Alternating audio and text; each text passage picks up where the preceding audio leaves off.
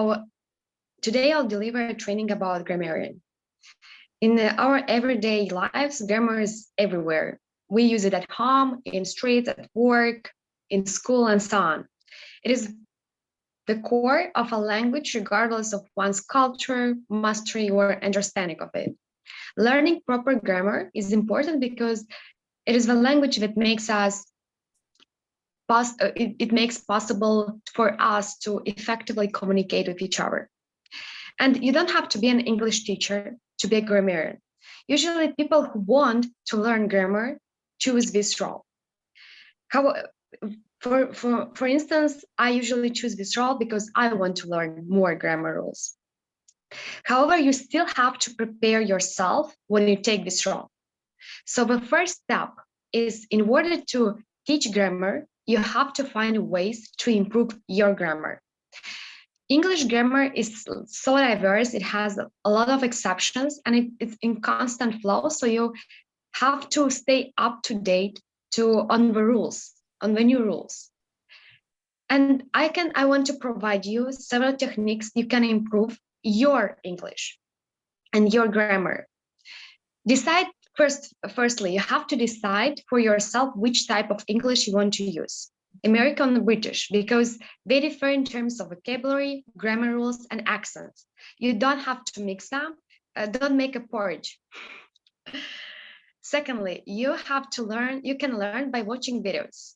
I can suggest 2 videos which provide you very brief information, but also very useful for different types of categories, different types of people, advanced, beginner, or intermediate. So the first one is Accurate English, and the second one is Adam's English Lessons. Another tip is you can take some English courses, or learn it at school. Another one is you can read books and analyze the grammar which has been used there, and then you'll understand better its usage in practice. You can also try to watch what you like, because your difficulty in expressing and understanding the English will be overcome by your interest, passion, and desire. And last but not least, you can describe your surroundings wherever you are, at home, in the street. You can also describe your feelings, ideas, plans, and so on, but do it in English, of course. So this was the first step. You have to improve your English, your grammar. Second one, preparation for all and performance. Although it seems banal, you have to read what are the obligations and responsibilities of a grammarian. So your main task as a grammarian is to help the club members to improve the grammar and vocabulary, which means that you have to introduce a new word to participants and monitor language and grammar use. So let's start with the first part. In regard to the how you choose a word for a meeting. You can choose a word from movies, books, articles, news. The word has to fit the context of Toastmaster. I mean, you have to choose such a word that you can refer to speeches, to performance, to the manner of presenting something.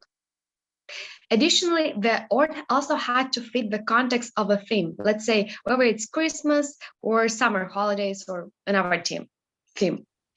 You also have to be creative. For this, you have to check the words which were used in the past and search for something new. Usually how I do is I think of a word I like and I search for its semantic field. And I try to choose a word which pops out. For more an advanced level, you also can look for not only words, but also expressions or phrasal verbs or idioms.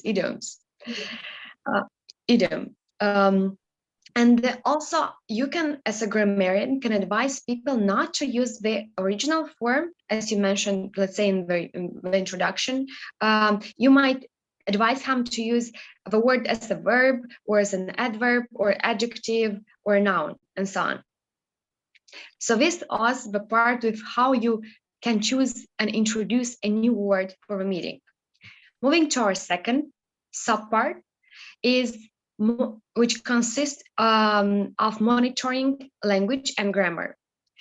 When you're listening, you have to watch for several things, and I will list them. So the first thing, you can watch for run-on sentences. You'll notice that some Toastmaster string sentences together with conjunction instead of pausing briefly after each sentence. Conjunctions are connected words such as and, so, but, because. Chances are you won't find too many run sentences during prepared speeches, but they are common during impromptu speaking, such as table topics and evaluations. Second thing you can look for is word crutches. Crutches hold up when you're injured a leg, and likewise, word crutches hold you when you are nervous during a speech.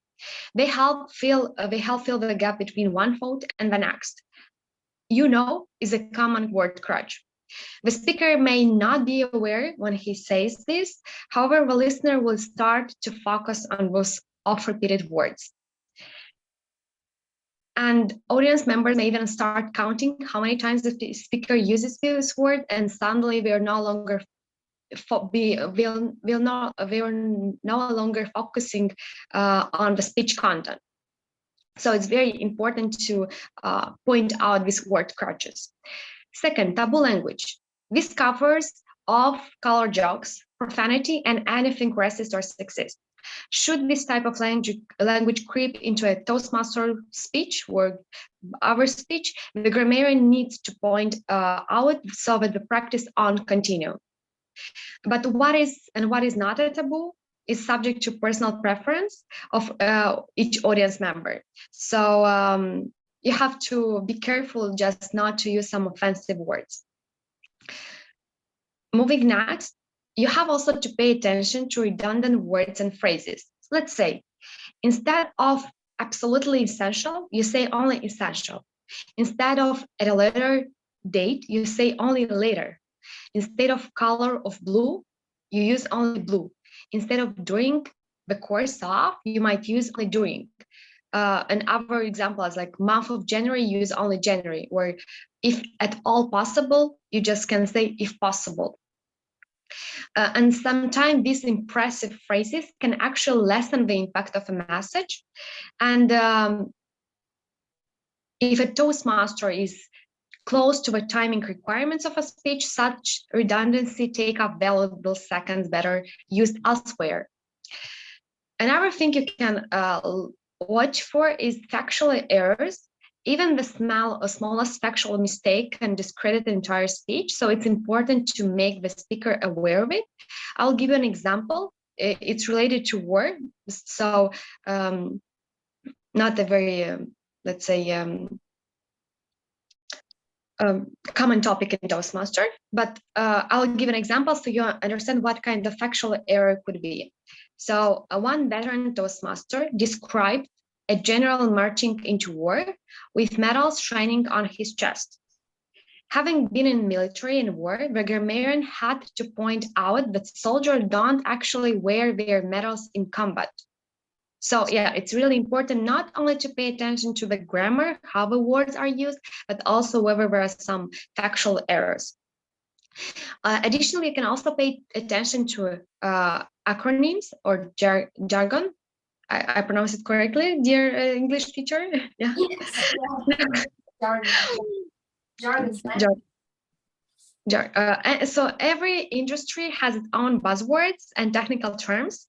While using these terms may be appropriate in a specific business environment, an average audience may not know some of these words. So to be safe, advise Toastmaster members to define the acronym for the audience, and then when they use the acronym throughout the rest of the speech, occasionally reminding the audience what it stood for. Another things you can look for is cliché. Cliché are phrases that have been used so many times that they have become virtually meaningless. So the easiest way to tell if a phrase is a cliché is if you heard it before. And usually when a phrase becomes popular, you'll see it on TV, advertisements and newspapers. And one example of cliché could be, "It is what it is." You can also look for tenses, because tenses form the backbone of English language. So try to check whether the present, future, and past tense was used correctly.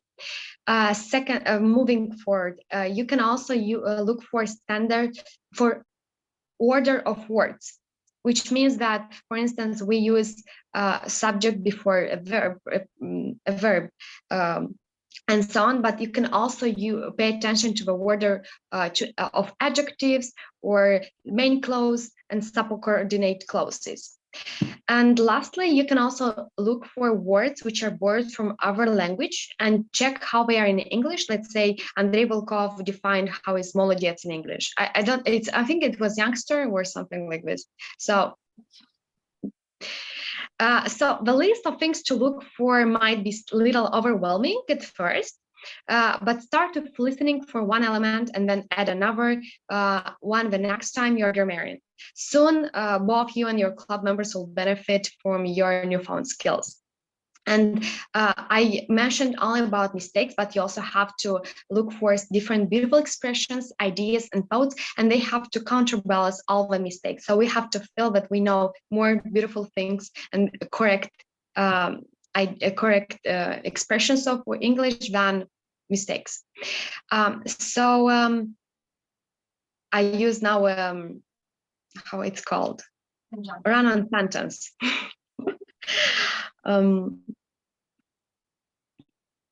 You don't have to be a professional or an English teacher. And if you don't really know what, the first thing you learn, you have to learn the grammar. But in any case, you're not an English teacher and you're not a professional, you still can listen and think what for you it seems incorrect and Google it during the meeting, or ask someone from the audience during the break, let's say our English teacher.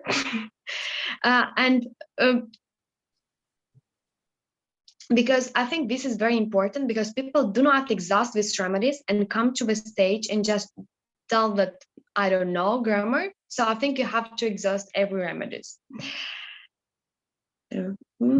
So in a nutshell, learn grammar by yourself, or you can ask someone to help you. And second, during the session, use a table with all the things I mentioned above and fulfill the form. Finally, grammar opens door for opportunities for us to be able to communicate freely with no barriers and hesitation. So I think everyone has to learn the grammar for himself, but also try to learn it for sharing with others. Thank you.